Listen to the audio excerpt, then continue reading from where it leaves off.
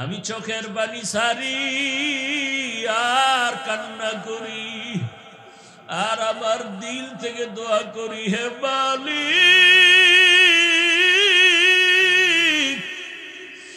এই এলাকার মানুষগুলো বুঝে না, চিনে না,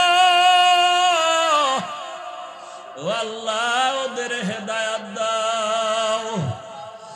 আমি মক্কার দিকে আগাই আর চোখের পানি ছেড়ে কাঁদি। হঠাৎ করে জিবরাইল আমিন এসে হাজির হয়ে গেছে। আল্লাহ পাঠাইছে, যাও জিবরাইল, আমার নবীর কান্না আমি আল্লাহ সহ্য করতে পারি না, আমার মায়ার নবী কাঁদে, যাও আমার নবীর গিয়া বলো এখন যদি অর্ডার দেয় তায়েফের জমিন উল্টাইয়া সব মানুষগুলো মারিয়া ফেলাও। কেমন মায়ার নবী!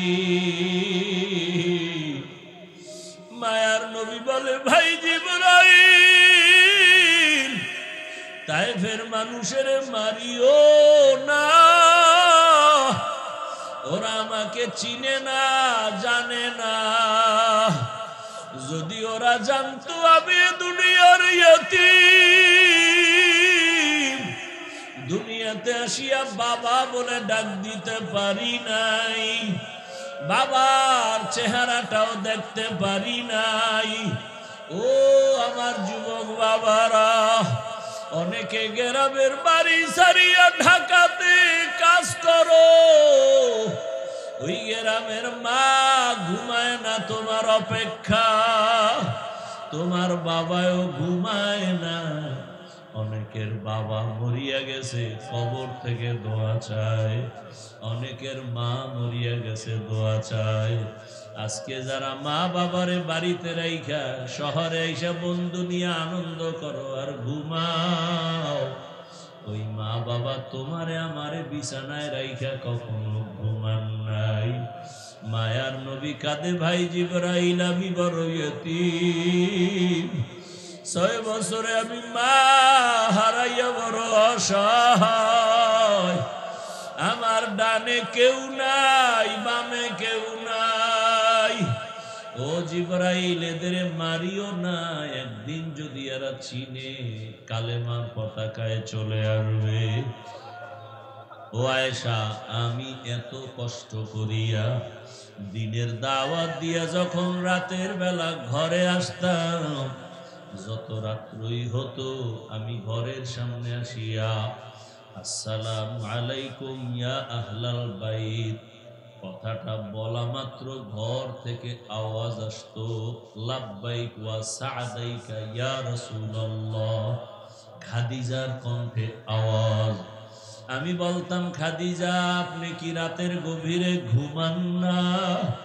খাদিজা চোখের পানি ছেড়ে কাঁদতেন আর বলতেন, ও রবি, আমি জানি আপনার মা নাই, আপনার বাবা নাই। আমি খাদিজা 2 জন স্বামী বিদায়ের পরে আপনার ঘরে আসছি, আমার একাধিক সন্তান রেখে আমি আপনার ঘরে আসছি। আমি সন্তানের মায়া বুঝি, আপনার চারদিকে দুশ্মন। আপনার মা যদি থাকতেন, আপনাকে বাহিরে রেখে মা ঘুমাইতেন না। ওরে সন্তানেরা, জানো না যে মা কেমন মায়া করে? ওরে তুমি মাকে বাড়িতে রাইখা আনন্দ করো, খবর নাও মায়ের চোখে ঘুম নাই। ওরে বাবারে কবরে রাইখা যারা আরামে ঘুমাও, ওই বাবার কবরের কি হালাত। ও সন্তানেরা, বাবা যারা হারাইছো, 2 বুড়া চোখের পানি ছেড়ে কাঁদো আর আমার মালিকের দরবারে দোয়া করো। আল্লাহর কাছে চোখের পানি ছেড়ে বাবার জন্য দোয়া করো। ওই মায়ের ঋণ আদায় করা কোনোদিন সম্ভব হবে না। ওই মা তোমার আমার জন্য কত কাঁদলেন, চোখের পানি ছাড়লেন আর কষ্ট করলেন। মা বাবার চোখের পানি আর দোয়া ছাড়াই চেয়ারে বসতে পারি নাই। ওই মা বাবার চোখের পানি আর দোয়া ছাড়া তুমি টাকা পয়সা বাড়ি গাড়ির মালিক হতে পারো নাই। ওই মা বাবারে কবরে রাখিয়া নিষ্ঠুরের মতো কেমনে ঘুমাও? ওই মা বাবার জন্য কি মায়া হবে না রে নিষ্ঠুর? ওই মা বাবার চেহারাটাও কি মনে পড়ে না? ওই মা বাবার কথা মনে পড়লে চোখের পানি ধরে রাখা যায় না। রহমতের নবী কান্না করে ও আয়েশা, আম্মা জান চোখের পানি ছেড়ে কান্না করেন। নবী বলেন, খাদিজা আমাকে সান্ত্বনা দেয় ইয়া রাসূলুল্লাহ, আপনি যতক্ষণ বাহিরে থাকেন আমি অপেক্ষায় থাকি কখন আসিয়া ডাক দিবেন। আমি যদি ঘুমায় যাই আপনি বাহিরে কষ্ট পাবেন, আল্লাহ বেজার হয়ে যাবে। আমি ঘুমাই না রে ইয়া রাসূলুল্লাহ, আপনার খেদমতের অপেক্ষায় আছি। ও আয়েশা, খাদিজার কষ্টের কাহিনী মনে পড়লে চোখে আমার পানি চলে আসে। আর একটা কথা আমার মনে পড়লে আমি চোখের পানি ছেড়ে কান্না করি। হাসরের ময়দানের কথা যখন মনে পড়ে, ও আয়েশা হাসরের মাঠের অবস্থা কতটা ভয়ঙ্কর হবে জানো না? নারী আর পুরুষরা সব হাসরের মাঠে উলঙ্গ দাঁড়াবে। সূর্যটা মাথার উপরে নেমে আসবে। সূর্যের গরম তাপে মাটির জমিনটা তামা হয়ে যাবে। গুনাহগার নাফরমানের মাথার মগজগুলো ভাতের মারের মতো ফুটতে থাকবে। আরে জাহান্নামেরও আওয়াজ, হাসরের ময়দানে জাহান্নাম চিল্লাইবার বলবে, ও আল্লাহ বেনামাজি গুলো কই? বেনামাজি নাফরমান গুলো আমাকে দাও, আমার পেটে ক্ষুধা। আরে আয়েশা, সেদিন কি উপায় হবে? জাহান্নামের আওয়াজে হাসরের ময়দানটা থরথর করে কেঁপে উঠবে। ওদিকে আমার আল্লাহ রাগান্বিত হয়ে যাবেন। আল্লাহ রাগ হইয়া আওয়াজ দিবেন, লিমানিল মুলকুল ইয়াউম লিল্লাহিল ওয়াহিদিল কাহ্হার। হাসরের ময়দানটা থরথর করে কেঁপে উঠবে। এ অবস্থা দেখিয়া নবীরা পর্যন্ত কান্না শুরু করবেন। এত কান্নার আওয়াজ। নবীরা কাঁদবেন, আদম নবী কাঁদবেন, মুসা নবী কাঁদবেন, ইব্রাহিম নবী কান্না করবেন। নিজের চিন্তা উম্মতের চিন্তা থাকবে না। এমন অবস্থা হবে, কঠিন হালাত। আমি রাসূল তখন সহ্য করতে না পারিয়া আমি আমার রবের সামনে সিজদায় পড়ে কান্না শুরু করব। ঈসা নবী কাঁদবেন নিজের চিন্তা, মুসা নবী কাঁদবেন নিজের চিন্তা, ইব্রাহিম নবী কাঁদবেন নিজের চিন্তা, দাউদ নবী কাঁদবেন নিজের চিন্তা, আদম নবী কান্না করবেন নিজের চিন্তা। আর আমি যখন কান্না শুরু করব, মাকামে মাহমুদের ভেতরে আমি একটাই আওয়াজ দিব, আল্লাহ আমার উম্মত, আমার উম্মত, আমার উম্মত। আমার একটা উম্মত জাহান্নামে গেলে আমি জান্নাতে যাব না। ও আয়েশা, আমি তখন আমার উম্মতের চিন্তায় কান্না করব। এখন আমি উম্মতের চিন্তায় কান্না করি। ও নবীর আশেক বাবারা, ও যুবকেরা, তোমার মতো কত যুবক চাকরি করে, ব্যবসা করে, নামাজ ছাড়ে না, লেখাপড়া করে, নামাজ ছাড়ে না। জেনারেল লাইনে তুমি কেন পারবা না? এখনো সময় আছে, তওবা করে নেও। মেরাজ কি হামারা নবী সবএ সামাওয়াত, मेराज के हमारा नबी सबअ समावात, नहीं भोला नबी हम गुनाहगार उम्मत नहीं भोला नबी हम गुनाहगार उम्मत। রহমতের নবীকে আমার আল্লাহ বাহনের মধ্যে চোখের পলকে নিয়ে গেলেন।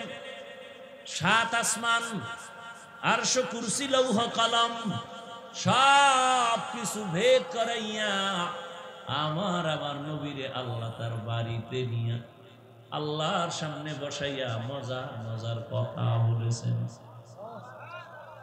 সুবহানাল্লাহ না? মজার মজার কথা বলেছেন। নবীকে আবার হাদিয়াও দিয়েছেন। এই যে 5 বেলার নামাজ আমরা আদায় করি, এটা মেরাজের হাদিয়া। 50 ওয়াক্ত নামাজ আমার মায়ার নবীর উম্মতের হাদিয়া দিছেন আমার আল্লাহ। নবী ভয় পাইছেন আমার দুর্বল উম্মতরা এগুলো আদায় করতে পারবে না। 50 ওয়াক্ত নামাজ থাকলে কি করতেন? বহু আমি মরে যাইতে 5 ওয়াক্ত লয়ে টানা টানা ভাই আজান কি নামাজ পড়ুন, আমার পেরেশানি বাইরে গেছে। কিও আমি একা ওই অন্ধকার কবরে কিভাবে থাকি?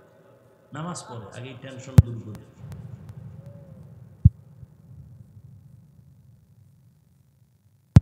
5 ওয়াক্ত নামাজ কমাইতে কমাইতে কমাইতে কত আছে লাস্টে?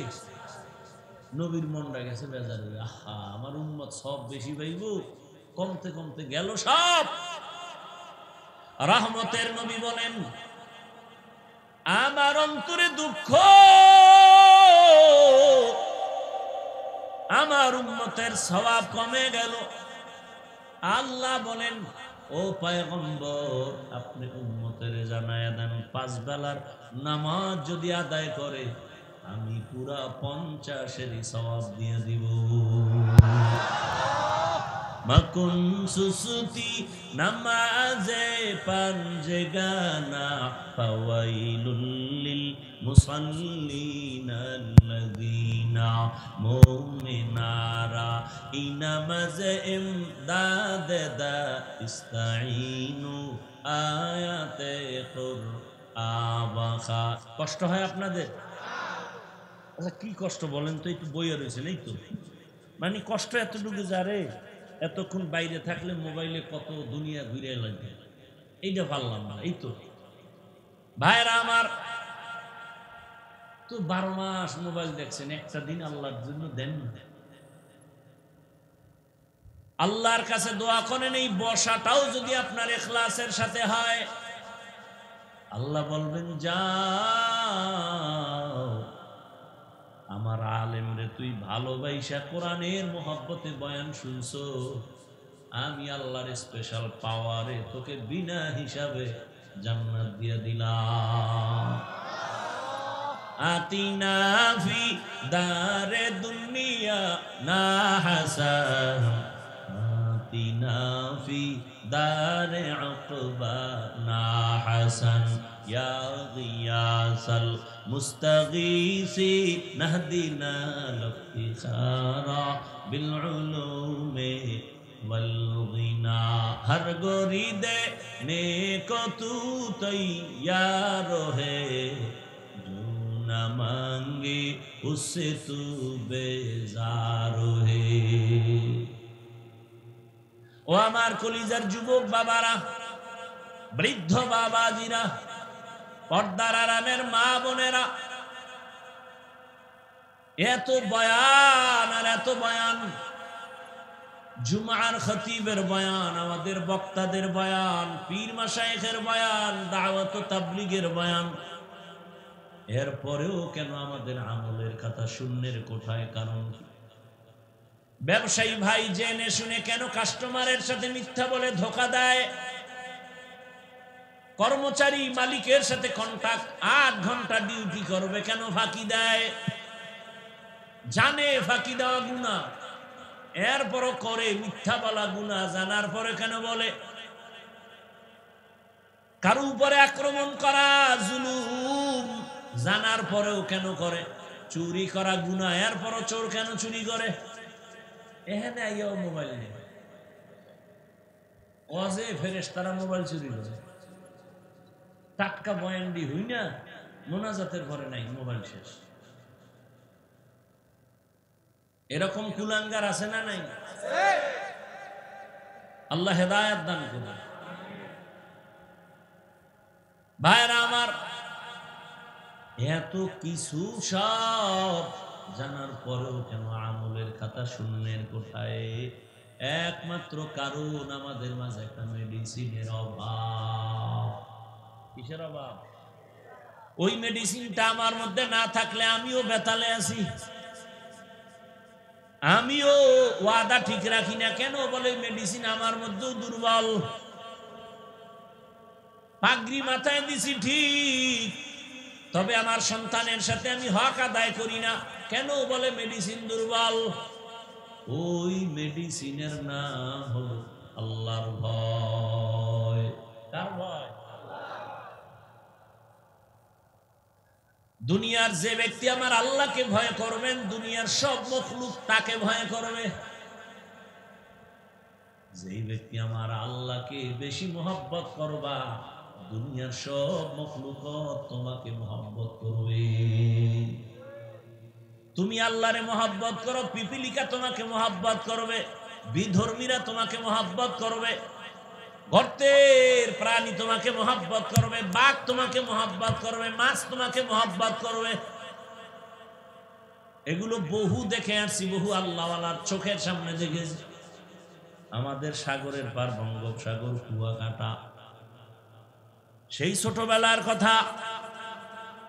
উজানির কারি ইব্রাহিম রহমাতুল্লাহ আলাইহি, তার 11তম সন্তান আরি মনজুর আহমদ রহমাতুল্লাহ আলাইহি, যার হাতে ধইরা আমারে ধইরা উজানি নিয়ে গেছেন, লেখাপড়া করালেন। আর বারবার দোয়া করতেন, আল্লাহ, বাচ্চাদের মতো কাঁদতেন মাঝে মাঝে আমার কাছে, এদিকে দিকে কান্না করে এই যে পানি ভরে না, এটা হাতে মাখে, এই হাতে মাখে, চেহারায় মাখে, মাথায় মাখে। ভাই এটি কেন করি জানো? জানো কেন? ওই চোখের পানি আল্লাহর ভয়ে কাঁদলে এটা যেখানে লাগবে ওখানে জাহান্নামের আগুন লাগবে। আর তার হাতের মধ্যে আমার হাত ঢুকে এভাবে দোয়া করতো, আল্লাহ ওরে দিয়ে একটা বড় মাদ্রাসা দিতে চাই, তুমি একটু কবুল করো। তো মাদ্রাসা হয়েছে, তিনি তো নেই। আউলিয়ারা কারে উকবা ইখতিয়ার, জাহেলারা কারে দুনিয়া ইখতিয়ার। মেডিসিনটার নাম কি বলেন? হে খোদা দয়াময় রব্বুল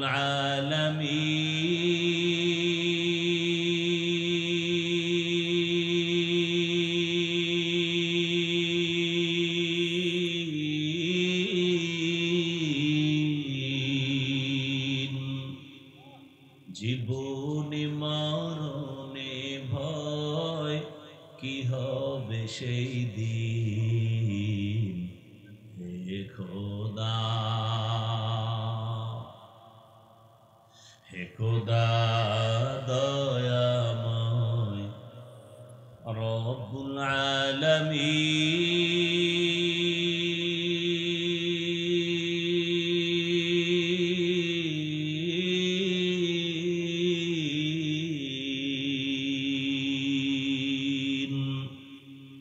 জীবনে মরণে ভয় কি হবে সেই দিন, হে খোদা। ধরাতে আসিয়াজি বড়ই অসহায়,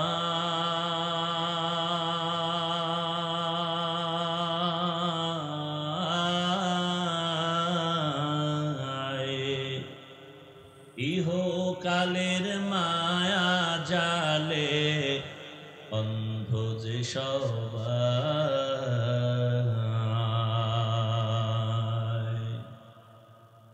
ধরাতে আসিয়াজি বড়ই অসহায়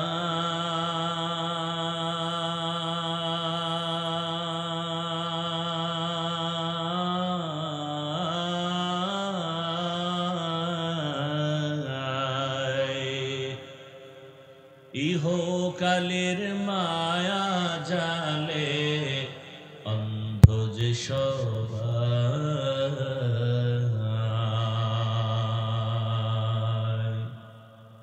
দাও হেদায়াত মুক্তি দাতা দাও হেদায়াত মুক্তি দাতা গফুরুর রহিম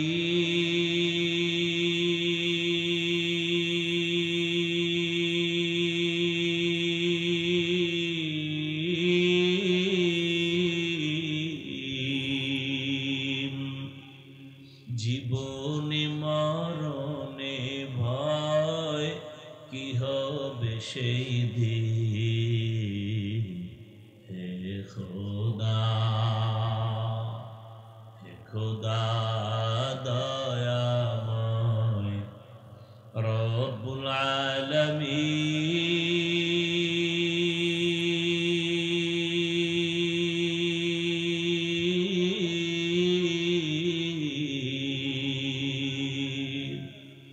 জীবনে মরণে ভয় কি হবে সেই দিন হে খোদা या इलाही मुझसे मुझको दूर कर ताकि देखो मुझ में तुझको एक नजर এরে আল্লাহর বান্দারা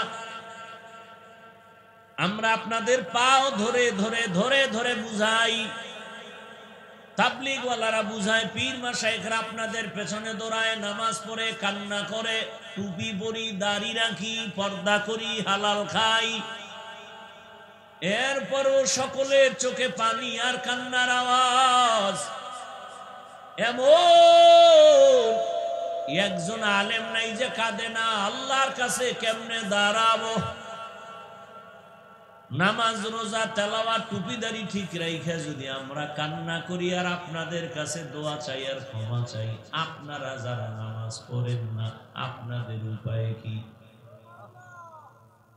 আপনারা যারা পর্দা করেন না বলেন আপনাদের কি হালাত হবে একটু চিন্তা করছেন নি আরে জান্নাতের টিকিট হাতে পাইছেন 10 জন সাহাবা প্রথম হযরত আবু বকর দ্বিতীয় হযরত ওমর তৃতীয় হযরতে ওসমান চতুর্থ হযরতে আলী রাদিয়াল্লাহু আনহুম আজমাইন জান্নাতের টিকিট তাদের হাতে জমা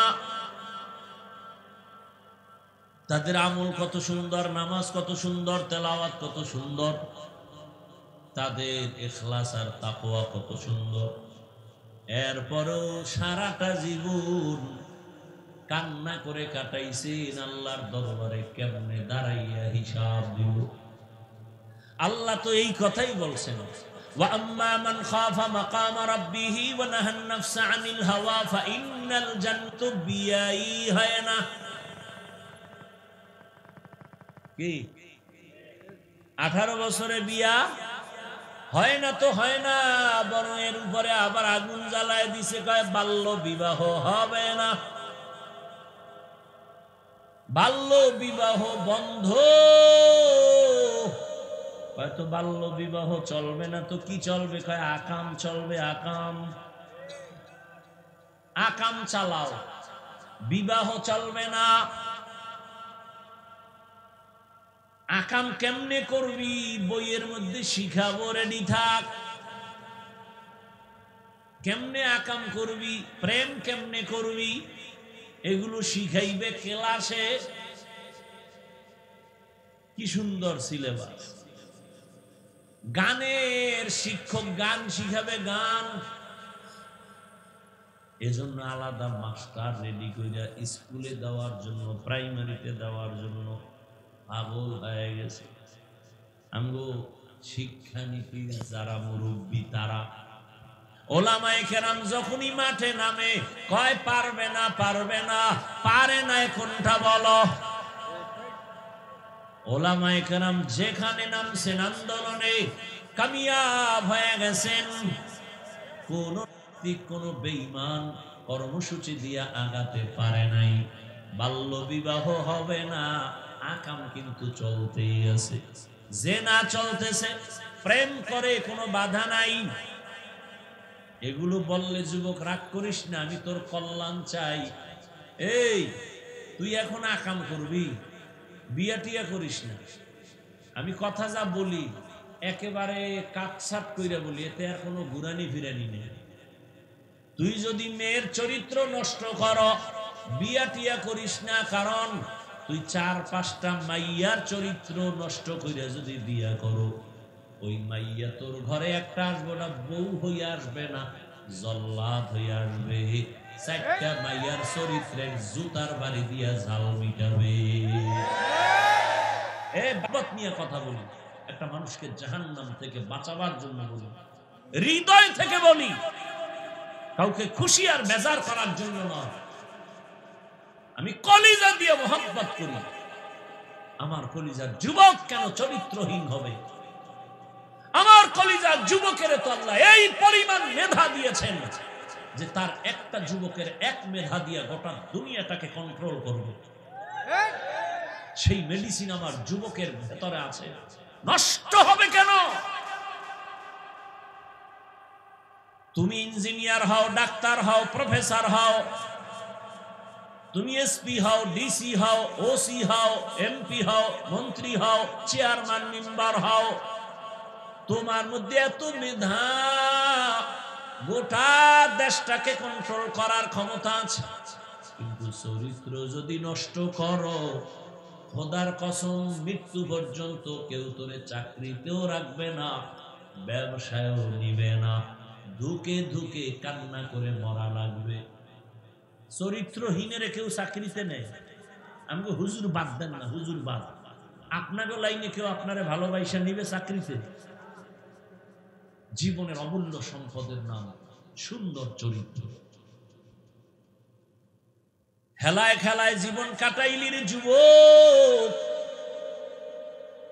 কয়দিন আর যৌবনের বাহাদুরি করবি? কয়েকদিন আগে কি ফেসবুকের মধ্যে তোমরা দেখো না রে বাবা, বিদেশ থেকে টাকা অলংকার নিয়ে আসছে, বাড়ি যাবে, এয়ারপোর্টে নামছে, গাড়িতে স্ত্রী সন্তানরা আগায় নিতে আসছে, গাড়িতে আনন্দ মিছিল দিয়া দিয়া বাড়ি যায়, বাড়ির কাছাকাছি যায়, গাড়িটা পানির মধ্যে ভরে গেছে। কয়েকদিন আগে না, লোকটা কাঁদতেছে, স্বর্ণ অলংকার হাতে নিয়া। আরে মানুষ বিয়া কইরা খাইয়া না খাইয়া বউ মাইয়া নিয়ে এক জায়গায় থাকলো, একটা আনন্দ আছে। আমার কপাল কেন এত খারাপ? টাকার জন্য বিদেশ গেলাম, না বউ সন্তানের আনন্দ পেলাম। কিছুদিন পরে আসছি, অলংকার টাকা নিয়ে কয়েক মাস থাকবো, পরে আবার যাব। কিন্তু আমার কপাল বড় খারাপ, আমার হাতের উপরেই আমার বাচ্চাটা মরে গেল, আমার হাতের সামনে, চোখের সামনে আমার স্ত্রী মারা গেল। আজকে তুমি সুন্দরভাবে বয়ান শোনো, কালকে এই সময় আল্লাহ মাফ করুন বুঝাবার জন্য বলি, হতে পারো হসপিটালের রোগী, হতে পারো কবরের বাসিন্দা। দুনিয়াটা কিছুই না রে মুমিন, এখনো সময় আছে, তওবা করো। আম্মা জান আয়েশার কথা বলতেছিলাম, 6 বছরে বিবাহ, নবীর ঘরে আসছেন কয় বছরে? 18 বছর বয়সে রাসূল দুনিয়া থেকে চলে গেলেন, নবীর ঘর করলেন আম্মা জান কতদিন? কি মাত্র 9 বছর। এই 9 বছরে আম্মা জান নবীর দোয়া পাইয়া কতটুকু আগায় গেছেন। দুনিয়াতে যত তাফসীর করনেওয়ালা, কোরআনের প্রথম তাফসীর করনেওয়ালা আম্মা জান আয়েশা। আম্মা জান আয়েশা বলেন, আমি 2000-এর উপরে হাদিসের হাফেজা হয়ে গেছি। আপনারা কয়টা পারেন? আম্মাজানরা কয়টা পারে? হ্যাঁ, জিন্দেগি মে বন্দেগি তু করনা হে, জিন্দেগি বে বন্দেগি শর্মিন্দা হে, जिंदगी बे बंदगी शर्मिंदा है। दुनिया में हो दुनिया का तलबगार न हो, बाजार से गुजार हो खरीदार न हो। ये दुनिया एक मसले कागज फूल है, ये दुनिया एक मसले कागज फूल है। जिंदगी में बंदगी तू करना है, जिंदगी में बंदगी शर्मिंदा है, जिंदगी बे बंदगी शर्मिंदा है। এরে আমার যুবক বাবারা, বৃদ্ধ বাবাজিরা, পর্দার আড়ালের মা বোনেরা, আম্মাজান বলেন, আমি মাঝে মাঝে তাকায় দেখি আমার হুজরায় বসে রহমতের নবী গুন গুন করে কান্না করেন। আমি ভয় পাইতাম, রহমতের নবী কেন আমার রুমে কান্না করেন, না জানি আমার থেকে কোনো বেয়াদবি হয়ে গেল। একদিন আম্মাজান গিয়া নবীর পার্শ্বে গিয়া আস্তে করে বললেন, ইয়া রাসূলুল্লাহ, আপনি আমার রুমে কাঁদেন কেন? প্রায় সময় দেখি কাঁদেন। বলবো কষ্ট হইতেছে আপনাদের? আর অল্প টাইম। আম্মাজান বলেন, ইয়া রাসূলুল্লাহ, কোন বেয়াদবি হয়ে গেল নাকি? কাঁদেন কেন? রহমতের নবী বলেন, ও আয়েশা, দুইটা কথা যখন আমার বেশি মনে পড়ে তখন আমি চোখের পানি ধরে রাখতে পারি না রে আয়েশা। এক, খাদিজার কথা আমার মনে পড়লে বেশি কান্না আসে, কারণ আরবের ভেতরে আমার সবাই দুশ্মন। আমি যেই রাস্তা দিয়া যাই, গিয়া কিছু দূর দেখি রাস্তায় কাঁটা দিয়ে আটকানো, আমারে হাঁটতে দেয় না। আমার বাড়িটারে কতবার আটকাইছে, আমাকে জবাই করবে। তায়েফের ময়দানে গেছি কালেমার দাওয়াত দেওয়ার জন্য। বেঈমানেরা বাচ্চাগুলোকে বলে, ওই মক্কার পাগল আসছে, পাথর মেরে তাড়ায় দাও। বাচ্চাগুলো ছোট ছোট পাথরগুলো বৃষ্টির মতো মারা শুরু করলো। ও আয়েশা, জানো না আমার শরীরের মধ্যে মশা মাছি পড়া আল্লাহ হারাম বানায় দিয়েছে। সূর্যের গরম আমার শরীরে লাগে না, আমি সইতে পারবো না, মেঘের খণ্ড ছায়া দেয়।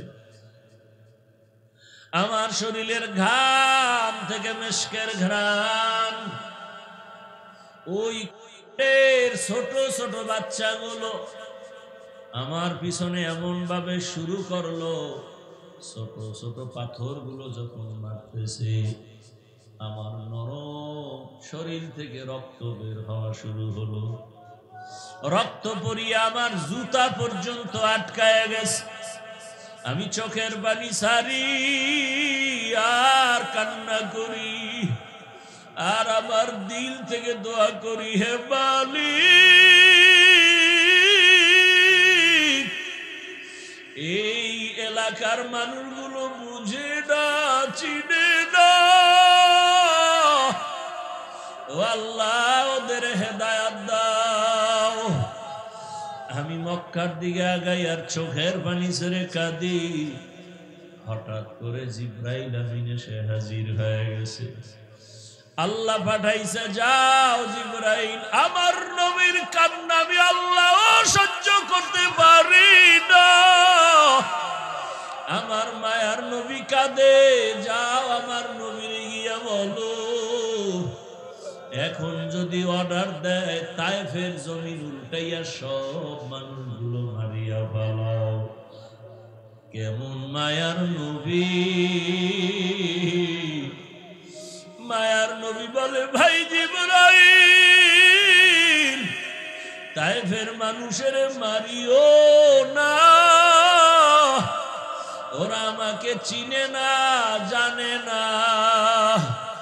যদি ওরা জানতো আমি দুনিয়ার ইয়তীম,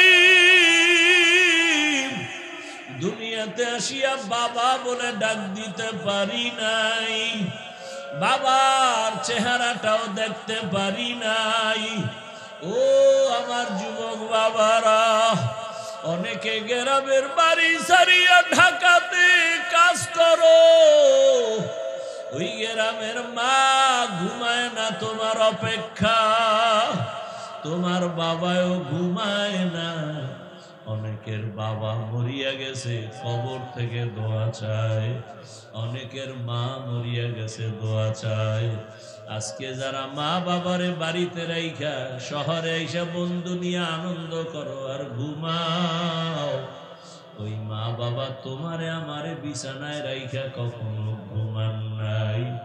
মায়ার নবী কাঁদে ভাই জিবরাইল আমি বড় ইয়তীম, 6 বছরে আমি মা হারাইয়া বড় অসহায়, আমার ডানে কেউ নাই, বামে কেউ নাই। ও জিবরাইল এদের মারিও না, একদিন যদি এরা চিনে কালেমার পতাকায় চলে আসবে। ও আয়েশা, আমি এত কষ্ট করিয়া দিনের দাওয়াত দিয়া যখন রাতের বেলা ঘরে আসতাম, যত রাত্রই হতো আমি ঘরের সামনে আসিয়া আসসালামু আলাইকুম ইয়া আহলাল বাইত কথাটা বলা মাত্র ঘর থেকে আওয়াজ আসতো লাব্বাইক ওয়া সা'দাইকা ইয়া রাসূলুল্লাহ, খাদিজার কণ্ঠে আওয়াজ। আমি বলতাম খাদিজা আপনি কি রাতের গভীরে ঘুমান না? খাদিজা চোখের পানি ছেড়ে কাঁদতেন আর বলতেন ও রবি, আমি জানি আপনার মা নাই, আপনার বাবা নাই। আমি খাদিজা 2 জন স্বামী বিদায়ের পরে আপনার ঘরে আসছি, আমার একাধিক সন্তান রেখে আমি আপনার ঘরে আসছি। আমি সন্তানের মায়া বুঝি, আপনার চারদিকে দুশ্মন। আপনার মা যদি থাকতেন আপনাকে বাহিরে রেখে মা ঘুমাইতেন না।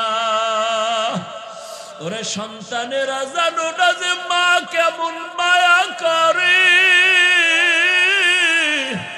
ওরে তুমি মাকে বাড়িতে রাইখা আনন্দ করো, খবর নাও মায়ের চোখে ঘুম নাই। ওরে বাবারে কবরে রাইখা যারা আরামে ঘুমাও, ওই বাবার কবরের কি হালাত। ও সন্তানেরা বাবা যারা হারাইছো 2 বোনা চোখের পানি ছেড়ে কাঁদো আর আমার মালিকের দরবারে দোয়া করো। আল্লাহর কাছে চোখের পানি ছেড়ে বাবার জন্য দোয়া করো। ওই মায়ের ঋণ আদায় করা কোনোদিন সম্ভব হবে না।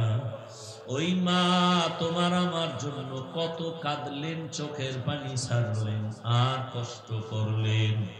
ওই মা বাবার চোখের পানি আর দোয়া ছাড়াই চেয়ারে বসতে পারি নাই। ওই মা বাবার চোখের পানি আর দোয়া ছাড়া তুমি টাকা পয়সা বাড়ি গাড়ির মালিক হতে পারো নাই। ওই মা বাবারে কবরে রাখিয়া নিষ্ঠুরের মতো কেমনে ঘুমাও? ওই মা বাবার জন্য কি মায়া হবে না রে নিষ্ঠুর?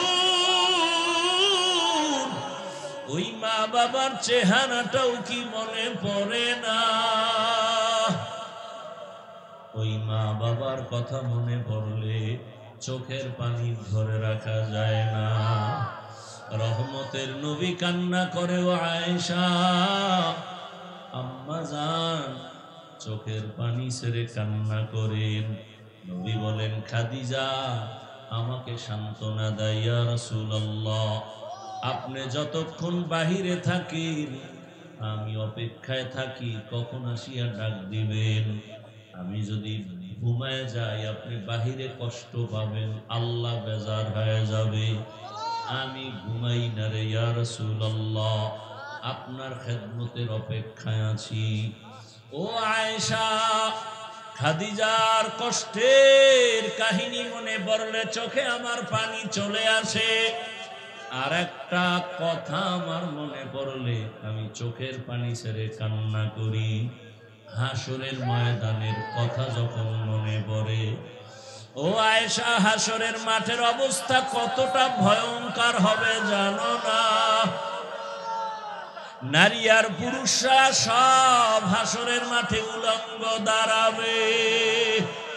সূর্যটা মাথার উপরে নেমে আসবে। সূর্যের গরম তাপে মাটির জমিনটা তামা হয়ে যাবে। গুনাহগার নাফরমানের মাথার মগজগুলো ভাতের মারের মতো ফুটতে থাকবে।